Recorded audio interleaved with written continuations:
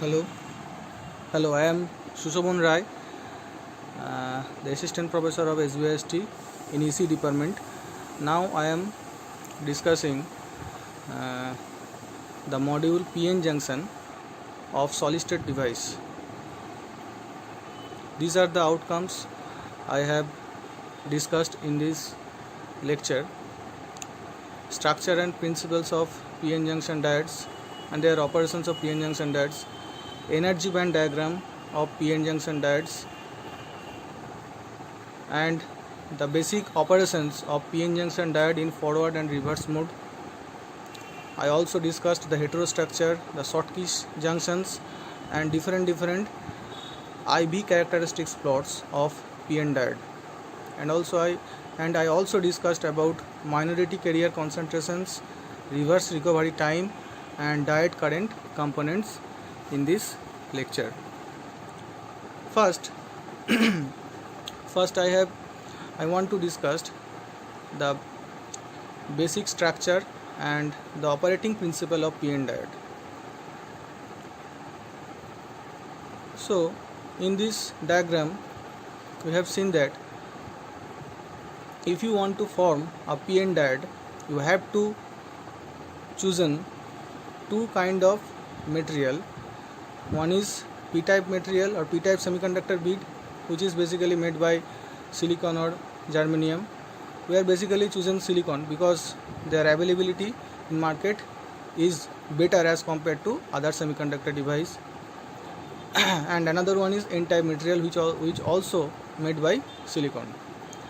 And we assume that both beads or the total semiconductor device or the PN device is uniformly doped across the p-type and n-type bead.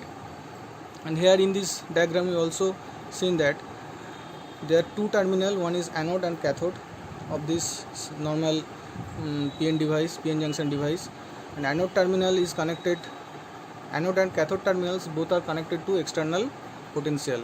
That means we are applying some external potential across these two terminals. Here Na means the acceptor impurity, because p-type material is, but p-type bead is basically acceptor type beads. That is why the impurity which we have added, all of these are acceptor type impurities. And in case of n-type bead, it will be donor type of impurity, which is denoted by n suffix d, because n-type semiconductor bead basically donor type of semiconductor. That is why if you have to added some amount of impurity in this n-type semiconductor bead, it will be donor type impurity.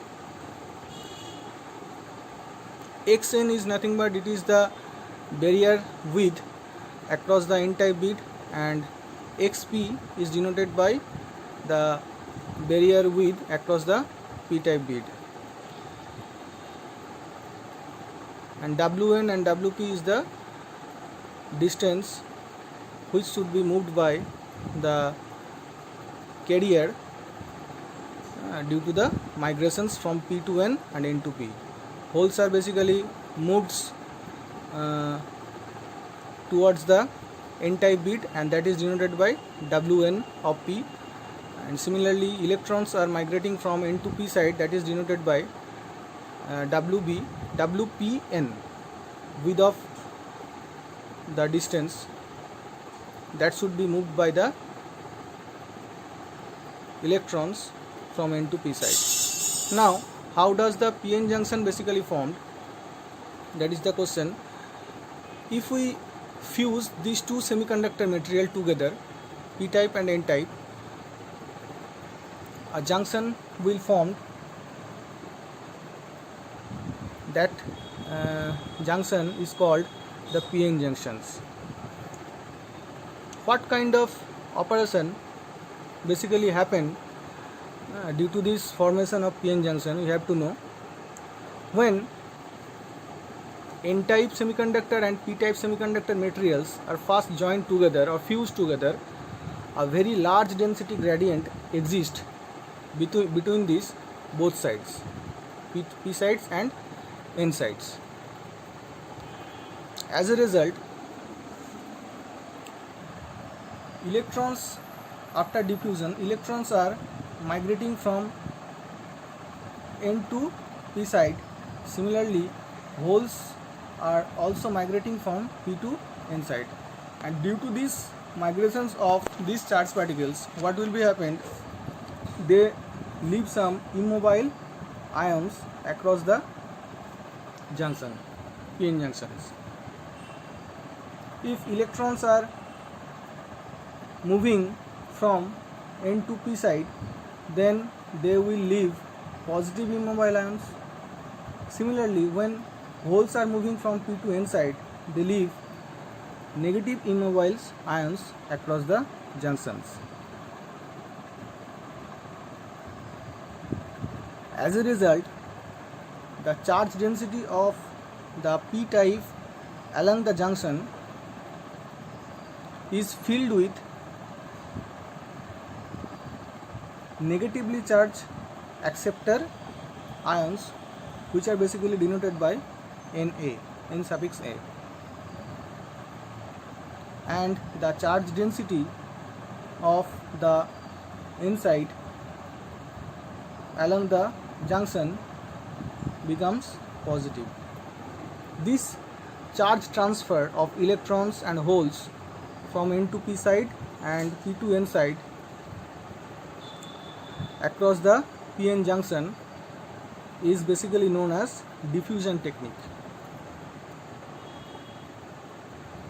The width of these P and N layers basically depends on the doping concentrations. If the doping concentration is high, the width is smaller or the width is reduced. If the doping concentration is small or very low, then the width of the barrier is increased.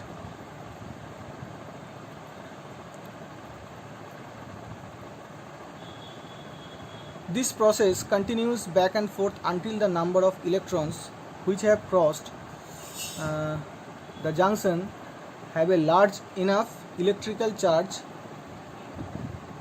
or repel or prevent any much more amount of charge carriers from crossing the junction, crossing over the junction.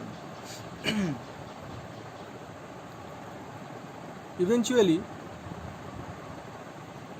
when the equilibrium state, that means the neutral state, electrically neutral situations will occur, producing a potential barrier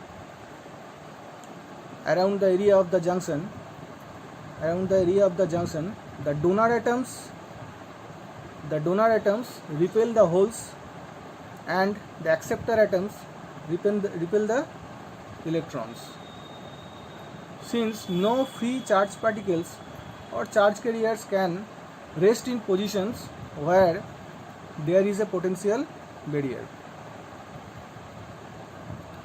the region on either sides of PN junctions now become completely depleted of any more free carriers in comparison to N and P type materials further away from the junctions. And this layer around this junction, which have been formed due to these migrations, is basically called the depletion layer. Now I am going to the next slide.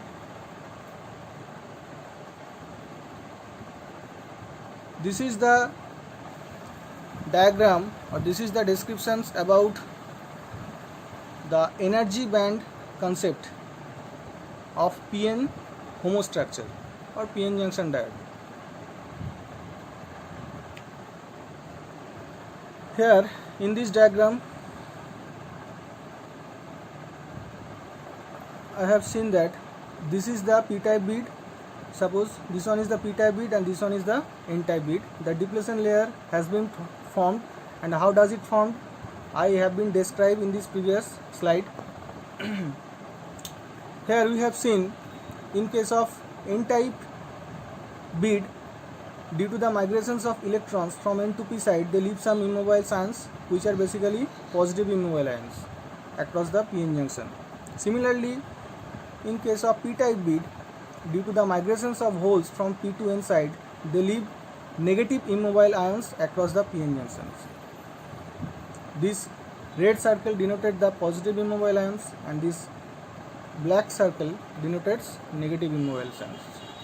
And the width of this layer is called the depletion layer width, which is denoted by Vd, and this region is denoted the depletion region. Now, in this diagram we have seen there are two components denoted by, basically there are two components which have denoted the particle or carrier density due to the movement or due to the migrations of charge particles from n to p and p to n side.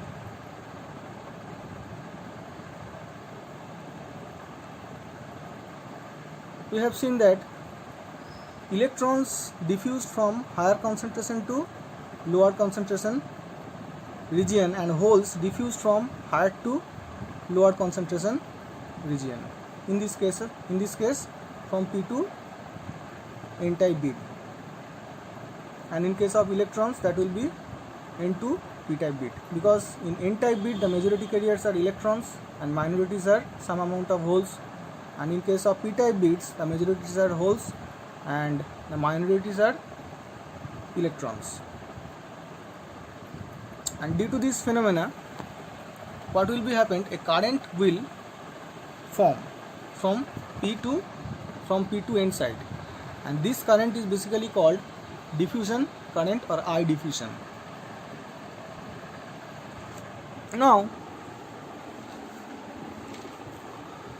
what is basically happened when electrons moves over n to p region? I already told in previous slide they leave some immobile ions which are basically positive immobile ions denoted by red circle, and same things is happen for holes also. When holes are diffused from p to n side, they leave some negative immobile ions, and this movement or these migrations of charged particles forms a region which is called depletion region. Therefore, there in the region a built-in potential is formed, which is basically called the potential difference. And due to this potential difference from p to n side or n to p side, what will be happened? A current will generated from p to n side, which is basically flowing in the reverse directions of the diffusion current, and this current is called the drift current, and this drift current will flow from p to n side.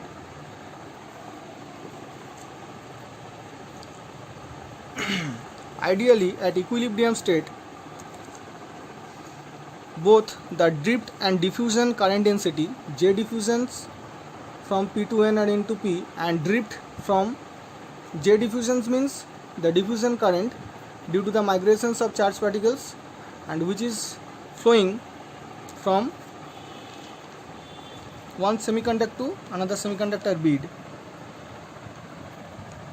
one to other semiconductor bead, and at equilibrium conditions, the J diffusions and J drift both are 0. That means if we take a derivative across the distance, respect to distance, if we take a derivative of electric field basically respect to distance x, then we'll get del of d of E by d of x is equal to 0, and del of E is nothing but it is basically the Fermi energy level in this semiconductor diode, and EF is basically independent of x if the derivative is 0. That means the Fermi level is constant. The Fermi level is constant. Here already I have added this diagram, or I have seen that in this diagram, the figure 1, figure 2a, the Fermi level is constant. That means the electric field derivative, Fermi level, Fermi energy or Fermi level energy, electric field derivative respect to x equal to 0. That means the diffusions and drift current, the summations of diffusions and drift current both are equal to 0 at equilibrium case.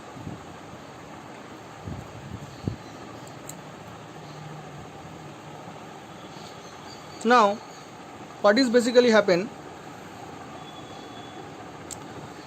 in figure 1 A diagram, I have seen this diagram basically represent the charge carrier's density. Charge carrier's density is nothing but it is basically depend upon the electric field, the rate of change of electric field with respect to distance,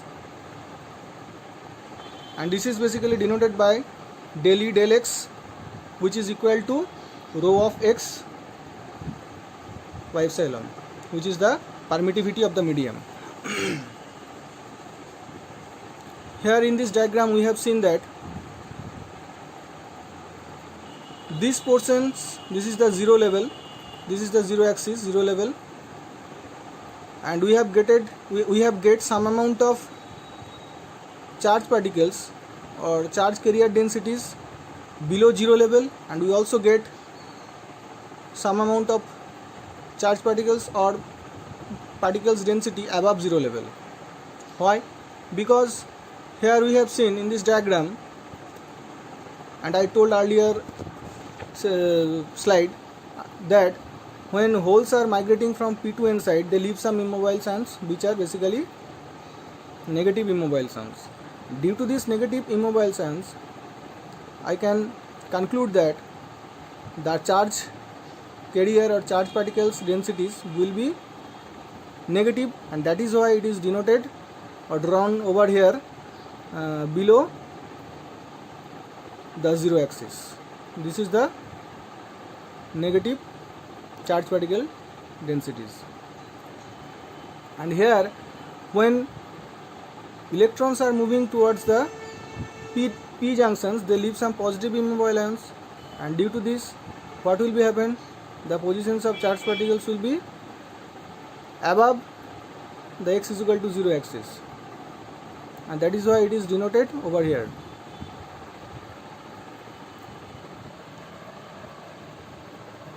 Now the second diagram or B diagram,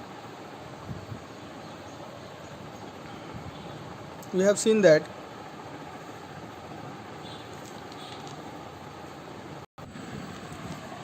electric field basically the integrations of rho x dx upon epsilon.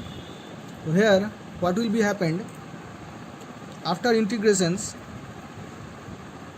these portions, this slope portions is negative because the charge particle densities over here is also negative. After that you are adding a positive to negative large number of rho or the charge particle densities, so negative number is falling down and this portions is going towards the 0, and these sections is basically denoted the positive half of this carrier densities rho.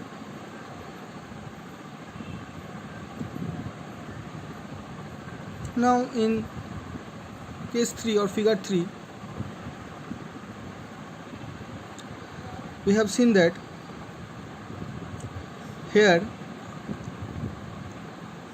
the V of x is called the voltage across the distance x, which is basically equal to the integrations of electric field which is generated inside this region respect to distance. Here Vx is basically nothing but minus of integrations of Ex dx. So what we can conclude that when Vx is negative, integral of Ex dx, which is adding the area of E of x, which is also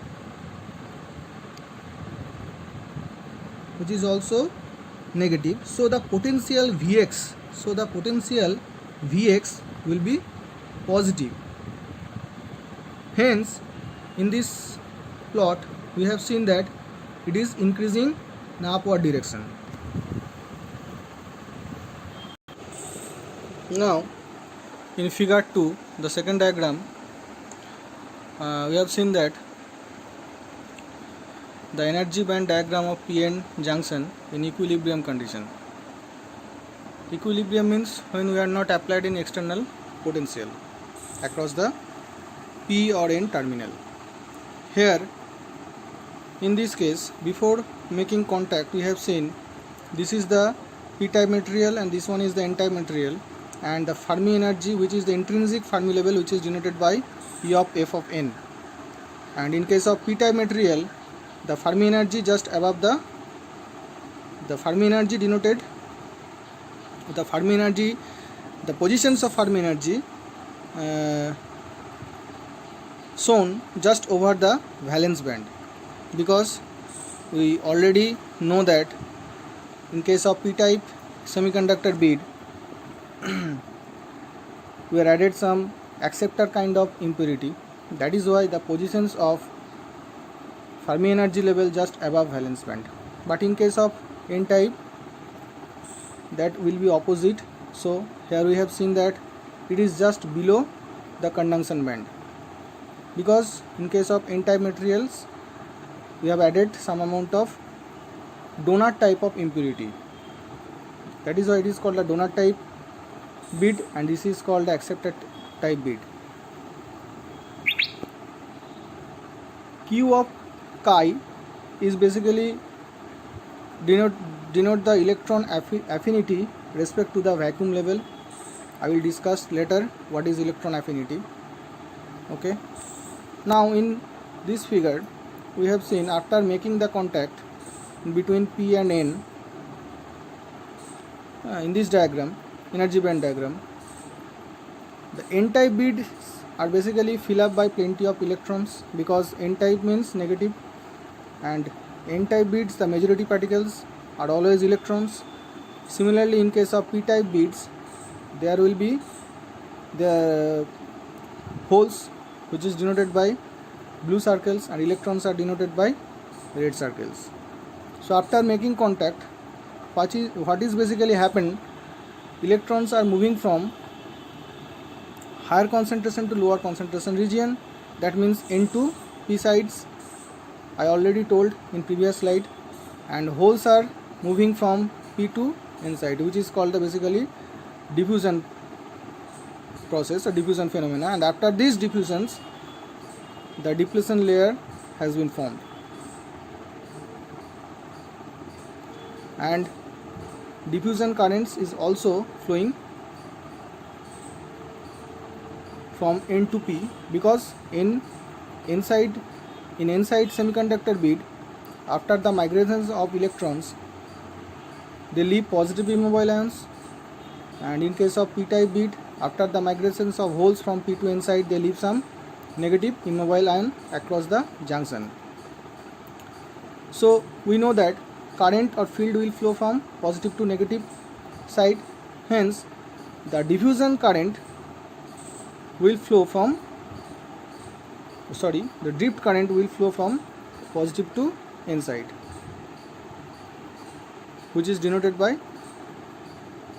I drift, and it is flow from N to P, because N side is positive immobile ion and P side is negative immobile ion.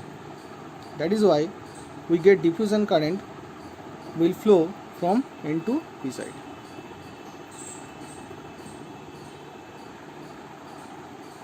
This is the complete energy band diagram of PN junctions. Why it is called complete energy band diagram? So in this slide we have seen that after making contact we are getting this kind of energy band diagram. Now we know that the band bending structure is basically depend upon the potential energy, which is denoted by E is equal to minus E into V, which is denoted by minus E into V. E is basically denoted the charge of electrons and V is the net potential or voltage, external battery voltage or external polarity, whatever. V is basically external voltage and E is the total potential energy, which is denoted by minus E into V. So in this diagram we have seen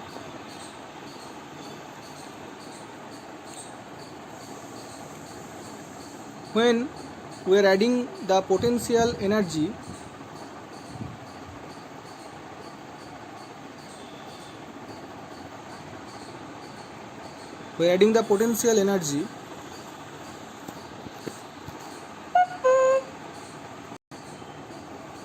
the band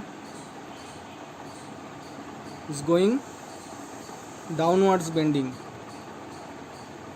and we are getting a constant Fermi level or Fermi energy, which is denoted by EF. Same phenomena is happening over here. Holes are diffused from P to N side and we are getting drift, and electrons are diffused from N to P side and we are getting drift current from N to P side. And due to these migrations we are getting this kind of band bending structure in PN junction.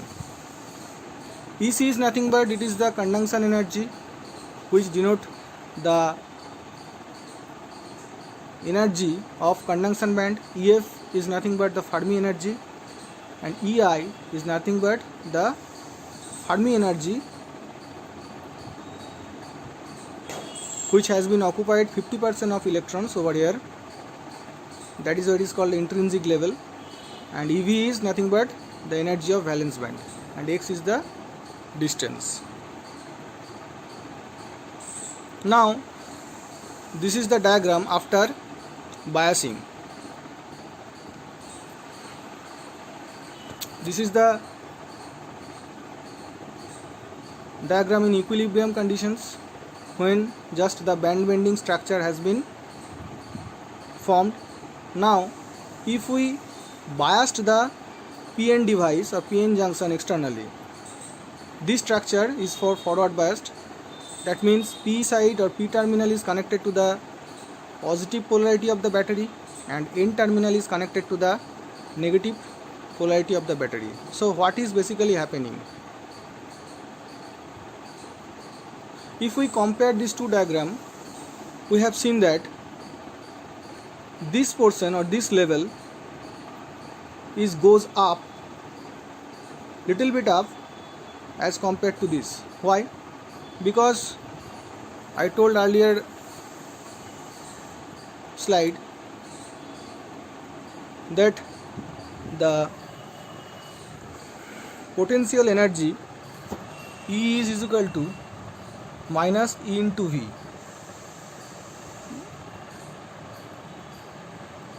Potential energy is equal to minus E into V, charge of electrons, negative particles, V applied potential across the terminal. So after migrations, what will be happened? I discussed earlier. Now here, due to apply this forward biased, what is basically happen? P terminal is positive, N terminal is negative.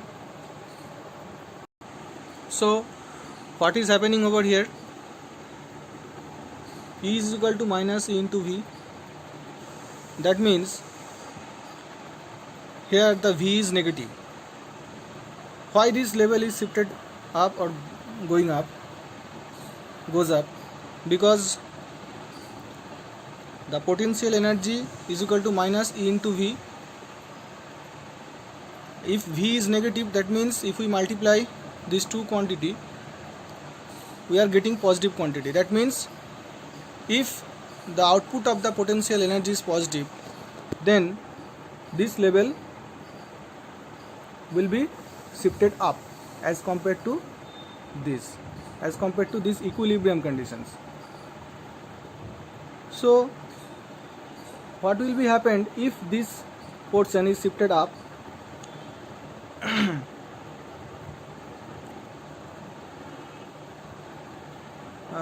Actually, after forward biasing, a large number of holes and electrons produced to the junction, and they will recombine inside these junctions and a current will flow, which is called the forward current.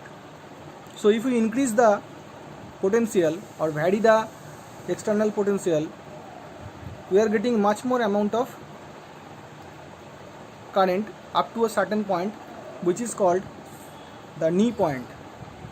In case of silicon, that will be 0.6 or 0.7 electron volt. In case of germanium, it will be 0.2 or 0.3 electron volt. And after that point, we are getting a constant voltage, but we are a huge amount of current across the y-axis, and the sharp current, basically the current, that means the voltage become constant across the x-axis.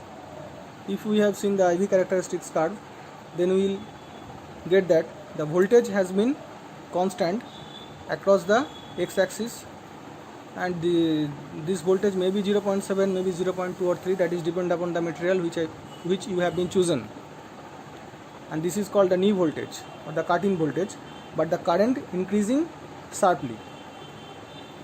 So when the level goes up, plenty of electrons are moving from N to P side, and holes are moving from P to N side or migrating from P to N side.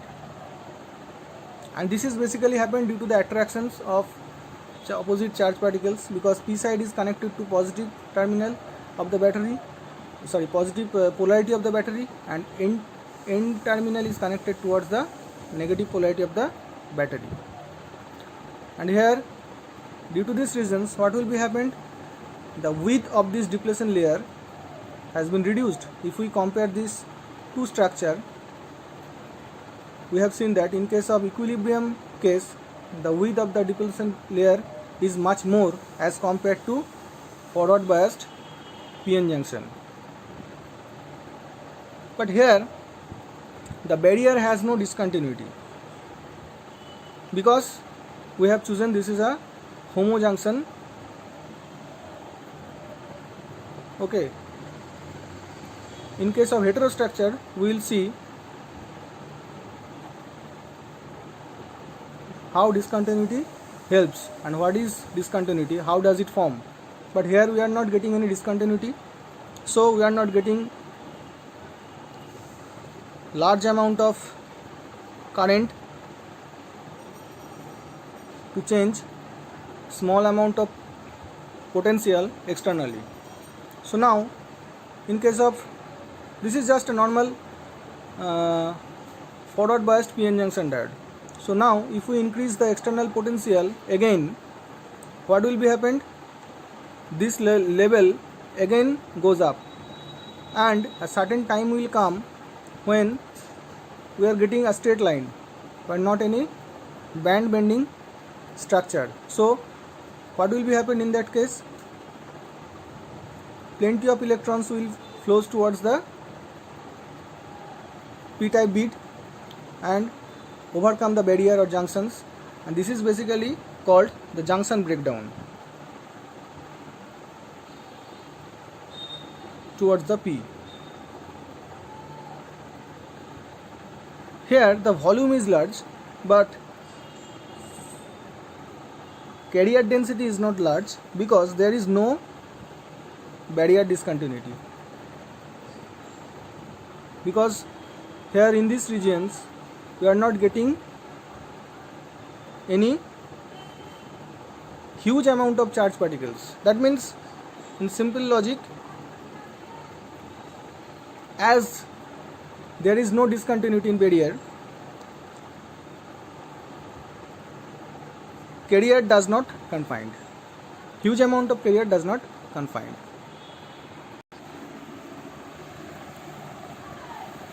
Now, in case of reverse biased p-n junction diode, what will be happened?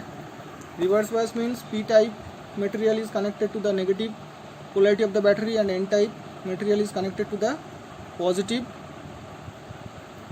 polarity of the battery. So now what will be happened when the p-n junction goes to reverse biased? The level will be shifted down. If we compare this diagram with this diagram, we can see that here the level is shifted up, the slope is reduced, the slope height is reduced. That is why the slope height is reduced.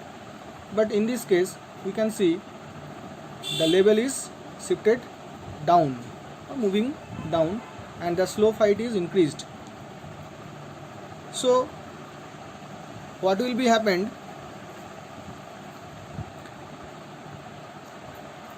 Here is a plenty of electrons in n-type bead and here is a plenty of holes in p-type bead.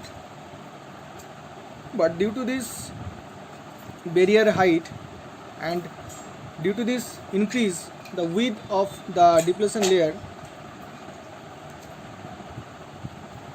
plenty of electrons are not able to moving or going towards the p-type bead. That means the width of the depletion layer and as well as the height of the depletion barrier is increased, slope is increased. That means we are getting small amount of current because the charged particles are not able to crossing over here from this side to this side, and hence the barrier potential is also increased. We have seen that this is denoted by electric charge V0 plus VR. VR is nothing but the reverse biased diode connection, reverse voltage which is given across the diode. Now a question has come, why this level is shifted down? Because I already told that potential energy E is equal to minus E into V. That means when V is positive, when the V is positive connected to the positive side, the positive polarity is connected to the negative side, that means V is positive. So if we multiply these two quantity plus minus minus, that means the potential energy will be in minus value. So what will be happened? This level will be shifted downwards. That is why it is called the reverse biased junctions, and hence what will be happened? The barrier potential is increased, the slope is increased, and the width of the layer is also increased as compared to this previous one. Here the width is very small if we compare these two structure.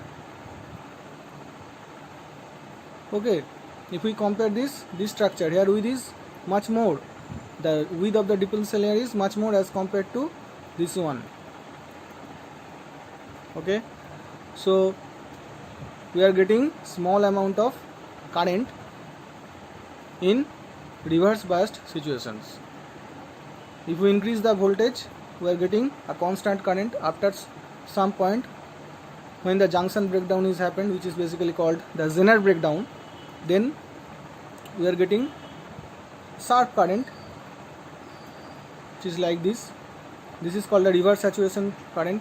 Here almost the voltage and current, here almost the current is proportional, but the voltage is increased rapidly. But after a certain point, we are getting a sharp current, and this current is basically called, this effect is basically called breakdown effect, and the voltage by which this effect is occurred is called breakdown voltage. Now we are going to heterostructure. So what is heterostructure and how does it differ from the homostructure? In case of homostructure, we have seen that we are used same kind of material, same kind of semiconductor material, and their band gap, which is Eg, is also same. But in case of heterostructure, we have chosen compound material. Like here in this diagram, we have chosen aluminum gallium arsenide, which is the first material. Another one is gallium arsenide, and the last one is same aluminum gallium arsenide for n-type bead.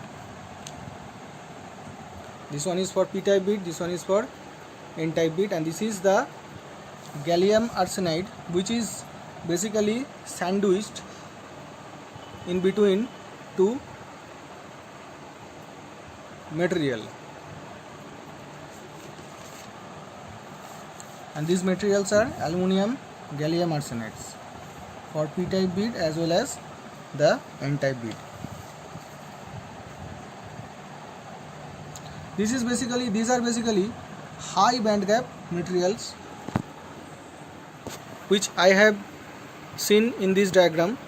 Here the band gap is much more as compared to this. This is very low band gap material. That means aluminum gallium arsenides for p-type and n-type beads, they are high band gap, but in active regions, suppose this is lightly doped p-type materials I have chosen, and here the gallium arsenide which have been used over here is a low band gap material.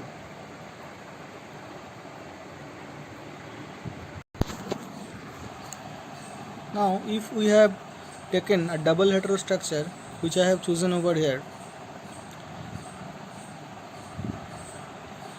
here what is basically happened inside this structure?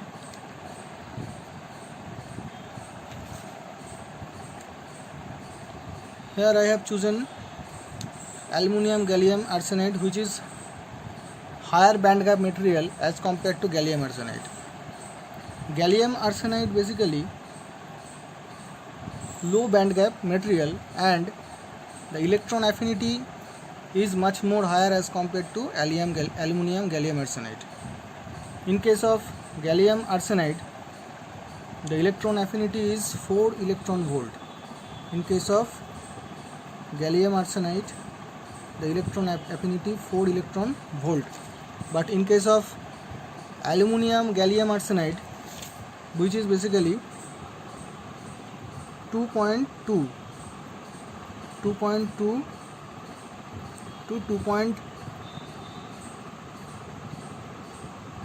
electron volt, thereabout. That is why gallium arsenide is sandwiching in between two materials, compound materials, aluminum gallium arsenides.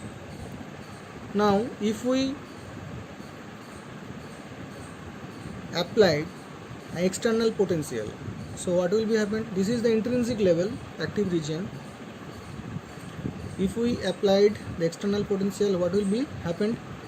Suppose P terminal is connected to positive, this is positive terminal and this one is negative terminal. So what will be happened, this level is again goes up due to potential energy equations. We are getting this kind of diagram. So now after forward biased, when the conduction band of n-type material goes up, when the conduction band of n-type material goes up, the electrons are poured into the lightly doped. Suppose this is lightly doped gallium arsenide p-type materials which has been made by p-type materials. So this kind of electrons are pouring into the lightly doped p-type material like a water from higher to lower potential. Hence the valence band EV is also move up because E is equal to minus E into V. V is negative, so minus into minus, output will be positive. That means this level is shifted up. Due to this barrier, we have seen, due to this barrier, we are getting some amount of discontinuity over here, over here, over here, over here. So when the discontinuity is occurred, the carrier confinement is also become large. That means after migrations of particles from N to lightly doped material P side and highly doped P to lightly doped material P side, we are getting huge amount of charged particles into this bucket in gallium arsenide or this active region. That means the particles density is increased as compared to homostructure. That is why we have chosen basically heterostructure as compared to homostructure. How does discontinuity helps? In confined carriers, discontinuity of barriers helps built in very large current density even if we change small current I through the device. So by passing a small current you can get very large current density. That means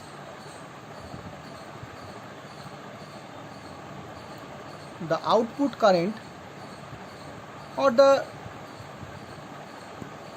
operations is totally controlled by you, but in case of homostructure this is not controlled by the operator.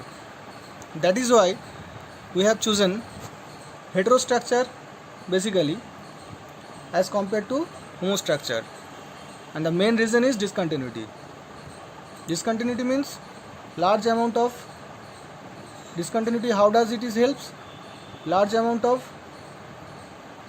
when discontinuity occurs, large amount of charged particles or huge amount of charged particles are confined into this bucket. So the carrier density is huge.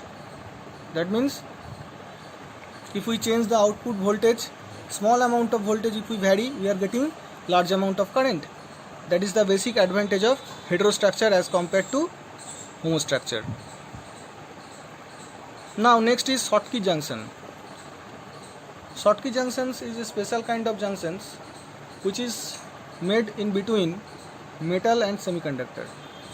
Suppose this is the substrate I have chosen over here, p-type substrate, and the semiconductor bead is n-type, and the channel is highly doped, made by highly doped n-type material.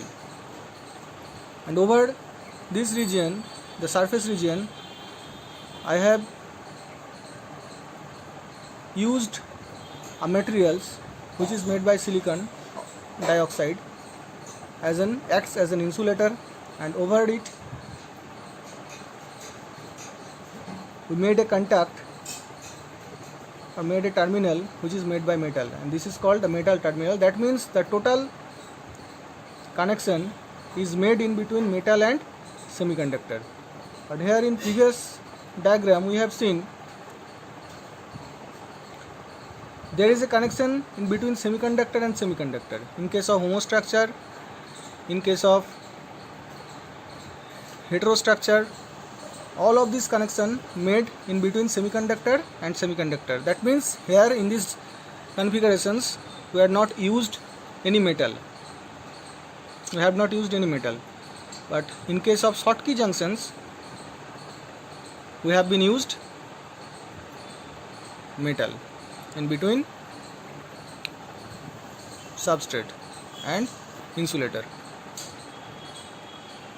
These are the electrodes which are connected across the surface of the semiconductor material. This is the various IV characteristics plot I have explained over here. From this plot we have seen there are basically 4 kinds of plots has been drawn. The first one is A, which is denoted the normal PN diode forward characteristics. If we see the plot, we can conclude that if we increase the voltage V, after a certain point the voltage become constant.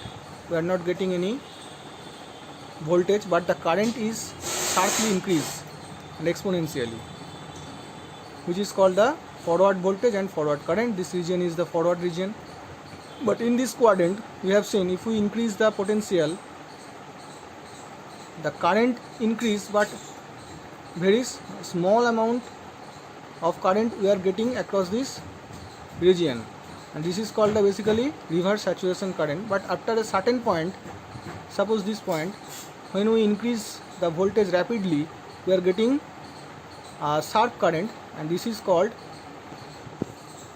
basically the junction breakdown or Zener breakdown, and the voltage by which this breakdown is occurred is called Zener voltage.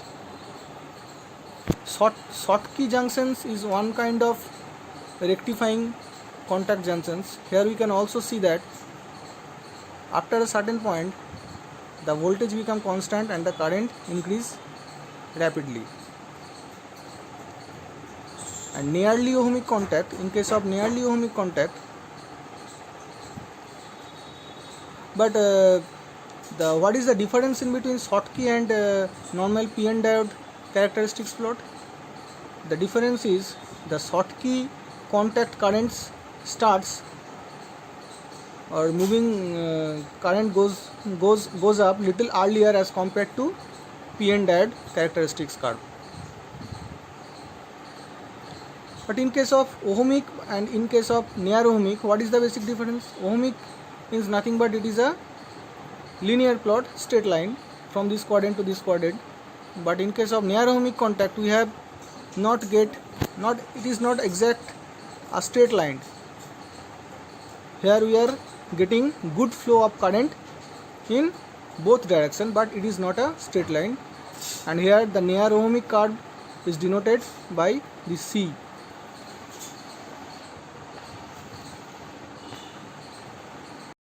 Now I am describing the Schottky junction by using energy band diagram.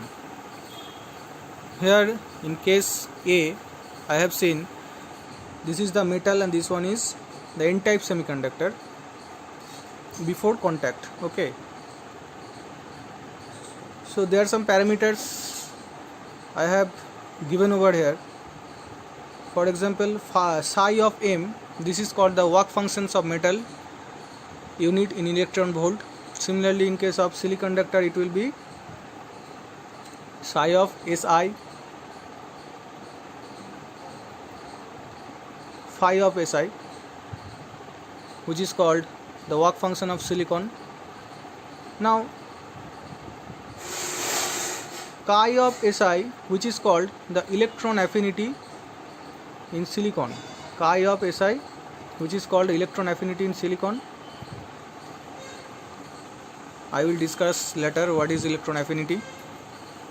And the barrier potential energy seen from the metal side equal to Q phi of B, this one, and it is nothing but the difference in between phi m, the metal work functions, and semiconductor work functions, Q psi of phi of Si. Now the built-in potential on the semiconductor side can be expressed as VVI. What is VVI? It is the built-in potential due to the migrations of charged particles, and that is nothing but the difference in between phi of B minus phi of D. Phi of B, this is the barrier potential, and this is the phi D. So this difference is basically called the barrier potential in semiconductor, VVI.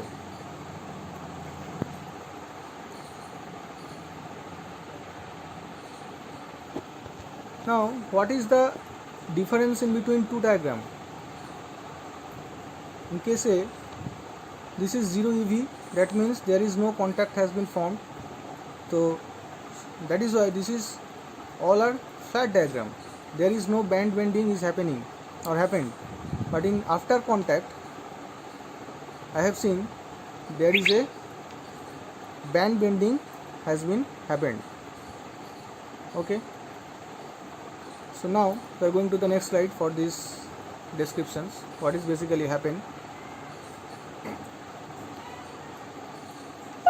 In case of forward biased, this is the forward condition, this one is the reverse conditions. Same phenomena is happen. In case of forward biased, this portion is shifted up. In case of reverse biased, this portion is shifted down, because I already told potential energy E is equal to minus E into V. So this portion is shifted up as it is forward, and this portion is shifted down as it is reverse. In case of forward biased, what is happening? Plenty of electrons migrating, and due to higher potential, the energy band goes up.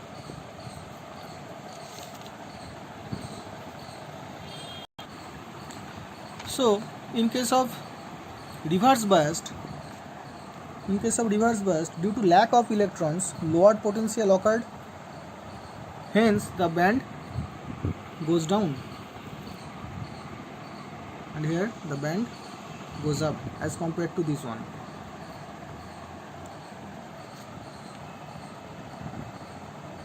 So plenty of electrons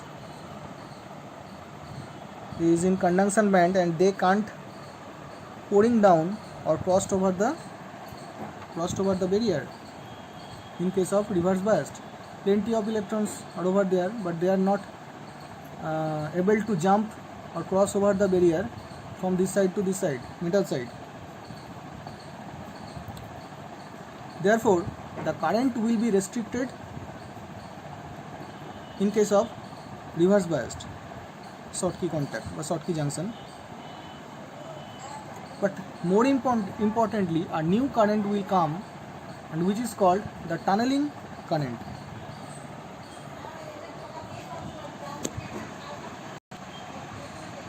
Assume for the particular electrons of metal there is a vacant state. Suppose there is a vacant state or permissible state, energy state, but there is no allowed state over here.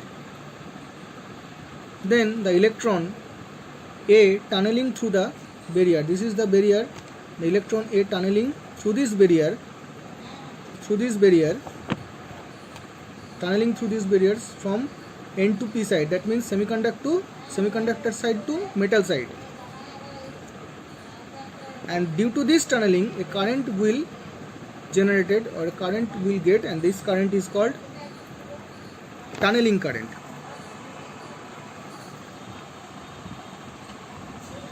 But in case of forward biased, what is basically happened? as the level goes up, hence electrons are easily or try to pouring from this level to this metal side, and these electrons or these carriers are basically called hot carriers, and this process is called thermionic emissions, by which what will be happen, the electrons are pouring from this side to this side and the current, and we will get current, and this is called the thermionic emissions.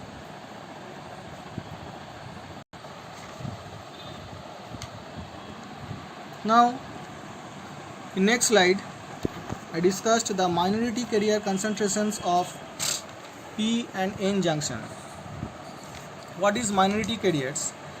Basically, if we concentrate the normal PN diode, we have seen that in case of P-type bead, suppose this is P-type bead and this is N-type bead. In case of P-type beads, the minorities are electrons, and in case of N-type beads, the minorities are holes. Okay, before discussing this slide, I want to discuss electron affinity and work function. So what is work functions? Work function is nothing, it is denoted here by phi. In case of metal, this is phi of m. In case of semiconductor, this is phi of Si, silicon. The work functions is nothing, it is a minimum energy required to moving electrons from a material to a vacuum level. Vacuum level is nothing. In physics, the vacuum level refers to a energy of a free stationary electron, that is the outside of the metal. That means here the electron energy will be 0, and this is called the vacuum level.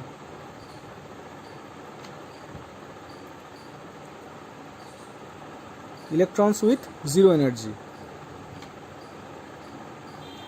So this is called the basic work functions. Now electron affinity is nothing but this is also the energy attained by the moving electron from vacuum to the bottom of the conduction band. Suppose this is the vacuum level over here. So from vacuum state to conduction state, how much energy will required to move an electron, then it is called electron affinity, which is denoted over here E of chi. Now next I am discussing the minority carrier concentrations of PN junction diode.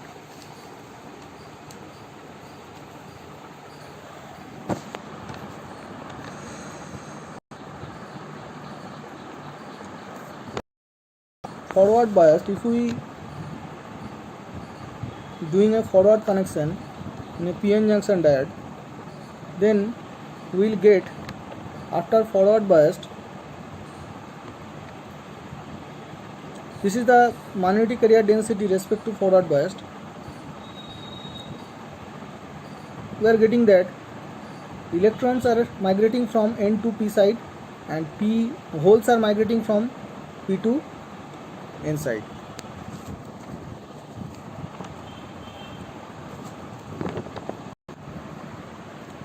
For P-type majority carriers are holes under equilibrium conditions, which is denoted by P0.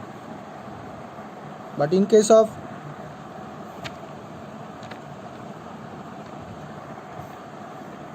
N-type bead, the electrons are majority, and that is denoted by NN0. P0 for P-type majority carriers holes under equilibrium, and N0 for N-type semiconductor beads under equilibrium condition. Due to the forward biased, from the positive terminals, holes are repelling holes are repelling from P side, hence PP0 this amount are repelled from P terminal and they are entered into N terminals or N sides, and they are become minority carriers.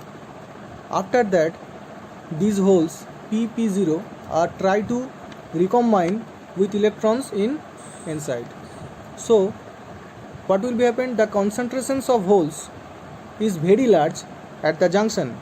The concentrations of holes is very large across the junction, but when they are moved far away, suppose this is a distance which is denoted by x.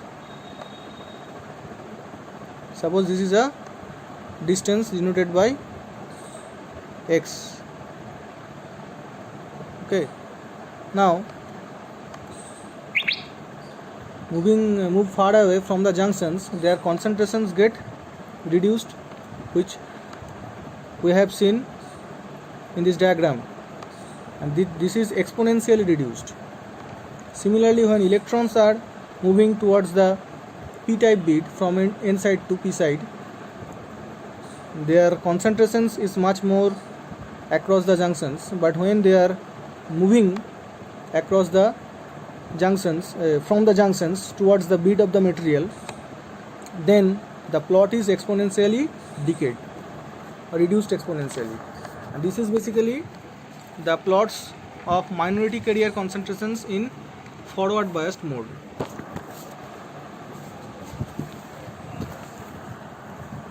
But in case of reverse biased, the majority carrier does not contribute any current. The current which I have getting due to the flowing of minority charge particles from P to N and N to P side. Okay.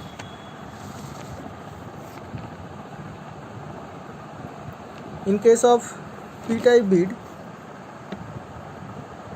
the minorities are electrons. Similarly, in case of n-type beads, the minorities are holes.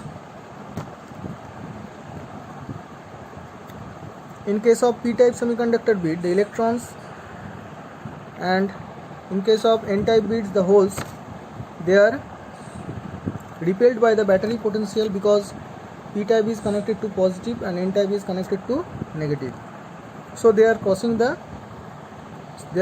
junction and they are forming loops from negative to positive and positive to negative terminal.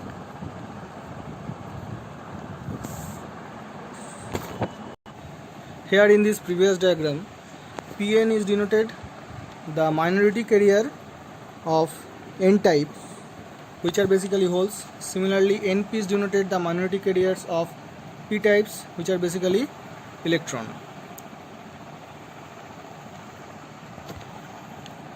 Similarly, in case of reverse biased, Pn is nothing but the number of holes on n-type bead, and Np is nothing but the number of electrons in p-type bead.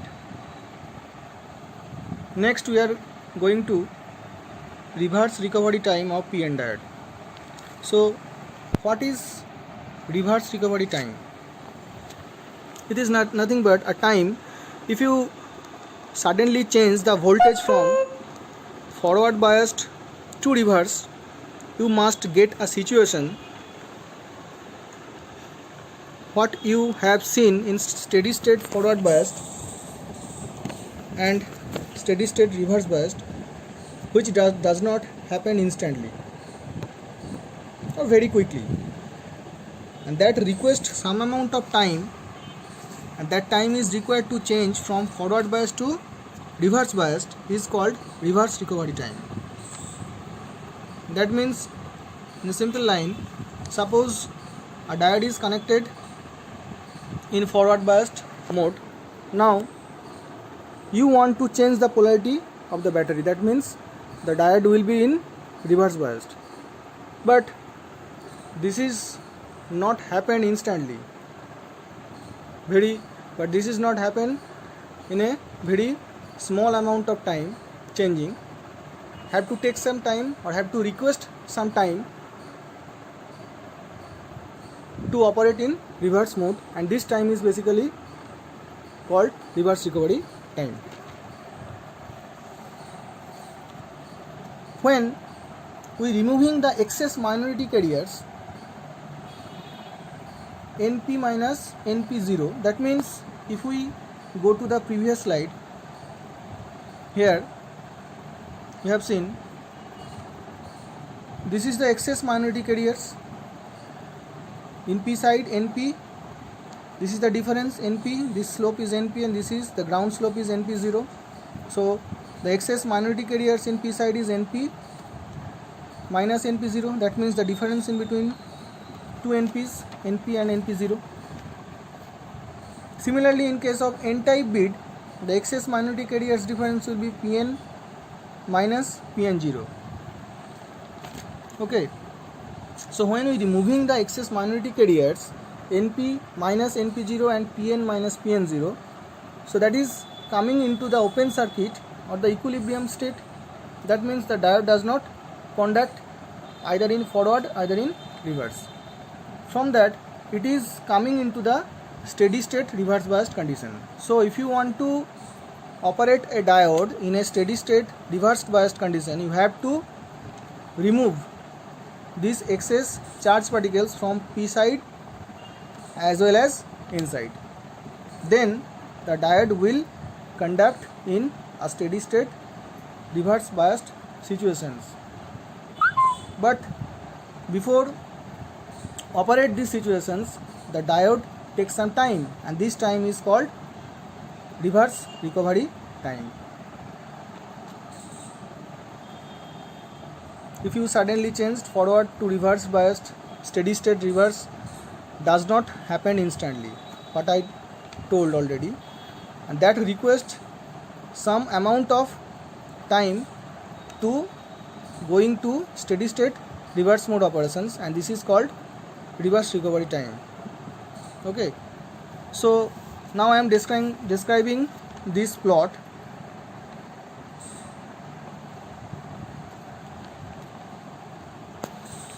Now during what is basically happened during the removing of excess charge particles from P to P side and as well as N side, the diode is in conducting state. That means the diode is in operated on state. But the excess minority carriers are very large. Until it has been removed from the P-type and N-type bead, the diode is in conducting state. Later it requires some amount of much more time, and which is called a steady state reverse bias state. Now after removing the excess carriers on N side, Pn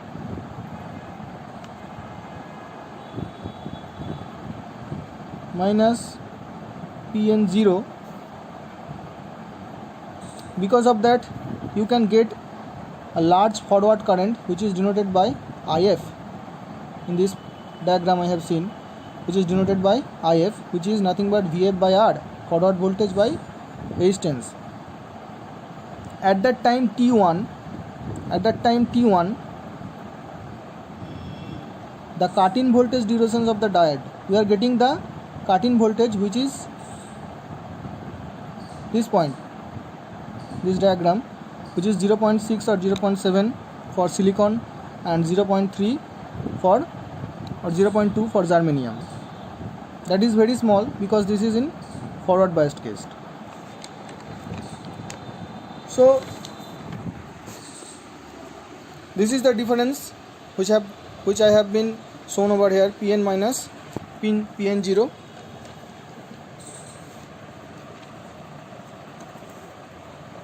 Now in second case, if the input voltage suddenly changed towards negative V axis, this is the negative V axis, This one is the positive V axis. Now the input voltage suddenly changes from towards the negative V axis at t equal to t1, t equal to t1, this duration. Then the first step is nothing but has to remove the excess carrier. This is the first step, which I told already. If you want to operate a diode in a reverse biased mode from forward biased state, you have to remove excess minority carrier at first. So this is denoted by this line. That means it is decayed exponentially. Okay.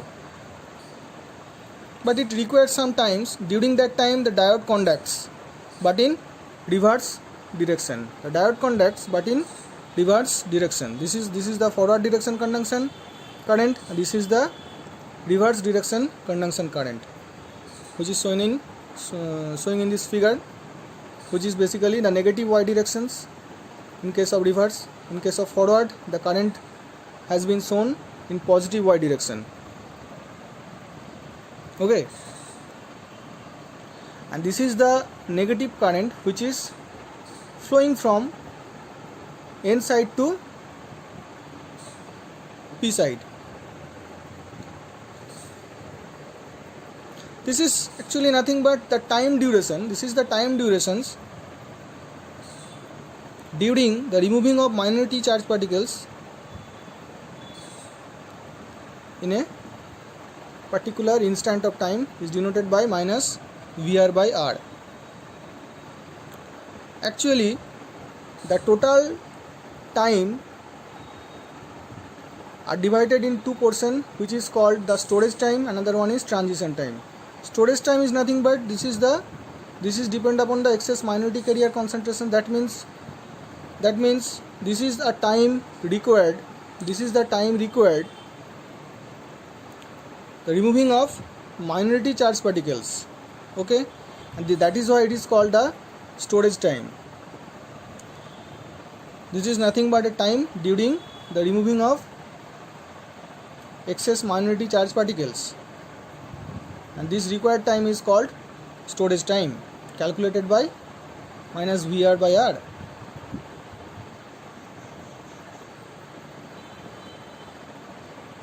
Next one is transition time. What is transition time? After open circuit condition, this is in storage time situations, the diode is in open circuit condition because the minority charge particles are removing from one side to another side, and that is why it comes into open circuit conditions at duration T2. At duration T2, T is equal to T2. Now I am going to transition time. So after open circuit conditions, the reverse biased has going to taking place from this time duration T2, and because of that one, to reach the steady state reverse biased had to take some time. This time is called the transition time. That the durations of this time is from T2 to T3. So when at T is equal to T1, before T is equal to T1, the diode is in steady state forward biased. I have seen already. T is equal to T1. After T is equal to T3, the diode operated in steady state reverse biased. So the time required for the diode from steady state forward to steady state reverse is nothing but a sum of two time, which are basically storage time and transition time, TS and TT. So the total reverse recovery time is equal to TRR is equal to TS storage time plus TT transition time. So this is the descriptions of reverse recovery time by using these plots in PN diode. Now I am discussing the diode current components, which is in my last slide. Here a plot has been given which is in between current densities and X. Current density is denoted by J and the distance is denoted by X, and the diode we have chosen over here is uniformly doped diode. That means the NP0 is equal to PN0. Both magnetic carrier concentrations are equal and their magnitudes are also equal. Similarly, same phenomenon is happening over here. Electrons are diffused from N to P side and holes are diffused from P to N side. So the diffusion current and Xn and Xp, this is the distance. When X is equal to Xn, first we take the IP diffusions. IP diffusion means suppose the holes are diffused from P to N side and it become minority after diffusions, and that is denoted by IP diffusions across the N-type semiconductor bit across the distance. Similarly, when electrons are diffused from N to P side, that is denoted by IN diffusions in P terminal, in P semiconductor, P-type semiconductor bit. Okay. Here y-axis basically represent the current and x-axis represent the distance, and this is the depletion region, and xn basically represent the depletion region in N side, and xp represent the depletion region across the P side. Now first we take IP diffusion when x is equal to xn. In that case, x is equal to xn, the quantity would be aq dp pn0 divided by lp. A is equal to nothing but the area, q is equal to charge, and dp is nothing but the coefficient. dp is nothing but the holes diffusion coefficient,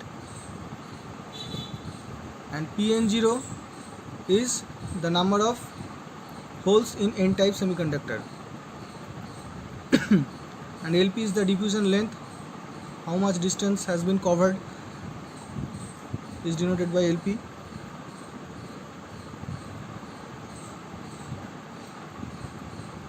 And this value would be 1, this quantity would be 1, and this is exponentially decay and reach to the zero axis when it will migrating over the N-type semiconductor bit.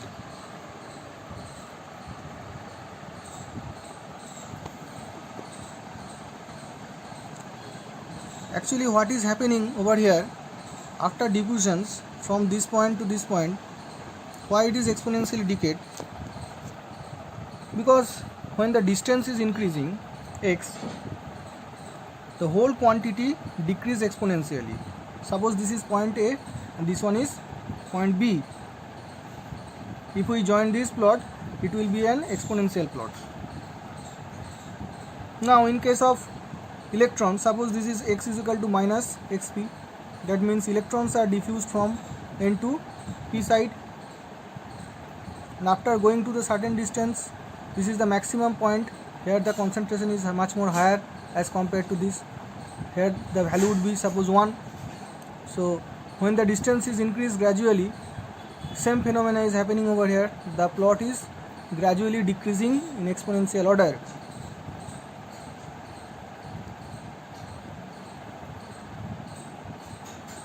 here NP0 and PN0 both are equal, because the diodes are is uniformly doped. Okay, that is why the magnitude of these components are equal. Now we can say the number of electrons going into n side and recombine with excess holes. Number of electrons which are moving into the n side, they are recombines with excess holes, and these holes are nothing but these are the minority charge particles in n-type semiconductor bead. And after that, recombinations across the junctions on the depletion region, these electrons are migrating towards the p region. Then number of electrons getting injected is something looking like that, which is exponentially decayed, and this represents the electron current flow. This is the representations of electron current flow. Same phenomena is happen over here. Holes are recombines with minority electrons, which is denoted by this plot. And after that, what will be happened? They are injected from p to n side, and after going towards the certain distance x, the plot will become exponentially decayed. Same phenomena is copying over here. Now, in this operations of minority carrier distributions, we are getting two current components. One is recombined current, another one is injected current.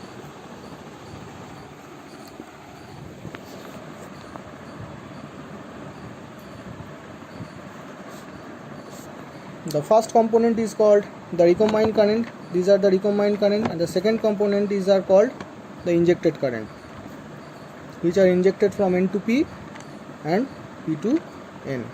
So the total current I total is equal to nothing but it is the diffusion current of electrons flow from n to p side, and the diffusion current of holes from p to n side. Xn is represent the IP diffusions. That means electrons holes are diffused from p to n side, that is denoted by x of n, because this is the n-type bead, and the distance covered into the n-type bead, distance x covered into the n-type bead. Similarly, the distance x covered into the p-type bead is represented by xp. That is why it is called electron diffusions. The total diffusion current, the total current will be the summation of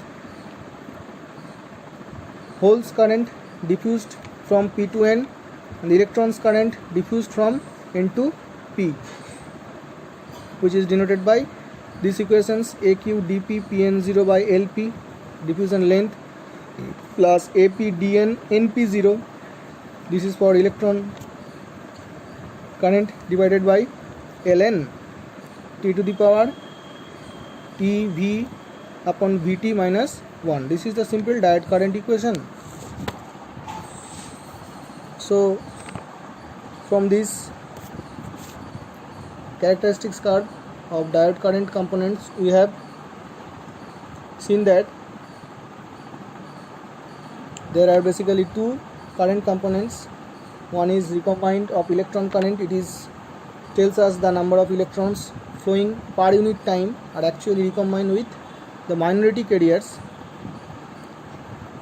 and go to the p side, which is eventually contribute diffusion current on p side, which is denoted by IN diffusion, electron diffusion in p side. And similarly, the number of holes coming out from p to n side is denoted by IP diffusion. And another current is called the injection current. So what is exactly happening over here? The whole currents, the holes here would be exactly equal to the electrons current which is coming from negative to positive terminals. Both are equal because this is a uniformly doped material, uniformly doped PN junction diode. So the number of holes flowing in at this point would be equal to the number of holes required to recombine with injected electrons to the number of holes injected to the depletion region. At the junction, when Xn is equal to minus Xp, under this assumption there is no generations and recombinations of carriers. That means when Xn is equal to minus Xp, generation is equal to 0 and recombination is also equal to 0.